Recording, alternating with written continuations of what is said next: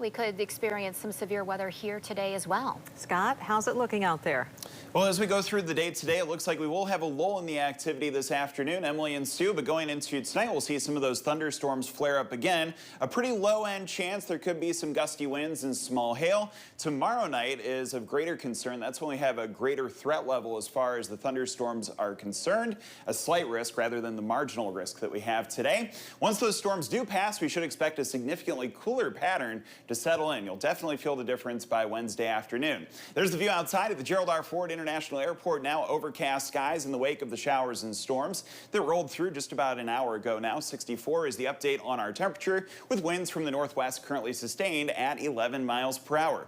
Where it rained, it's much cooler, 50s and 60s. Meanwhile, to the south, holding on to those 80s in Battle Creek and Kalamazoo. 64 here, Grand Rapids, 56, Fremont, 61 is the update in Muskegon. And winds are streaming in from the southwest, sustained between 5 and 15 miles per hour. Here's a look at Storm Track Live now. You can see that we have had those showers and storms venture off further to the northeast, further into the center of the state. Still some heavy rainfall happening toward Big Rapids, stretched in a line further to the southeast. Just continuing to escape Greenville right now, approaching Mount Pleasant and near Alma, Michigan. So continuing to watch that line. Nothing severe along it right now, just some heavy downpours and some flashes of lightning. Speaking of which, thanks to John for snapping this picture in northern Kent County. You can see that cloud-to-cloud lightning there streaking across the skies. A pretty cool image there. So our rain chance is likely to diminish through the next few hours here. We will have some peaks of sunshine. Later in the afternoon, though, we'll have to be on the watch for our next chance of seeing thunderstorms occur. It looks like those will be entering later on tonight. There's the view at Storm Track Live now. You can see the next round of storms waiting in the wings off to the west in Wisconsin there, continuing to pass into the city of Milwaukee.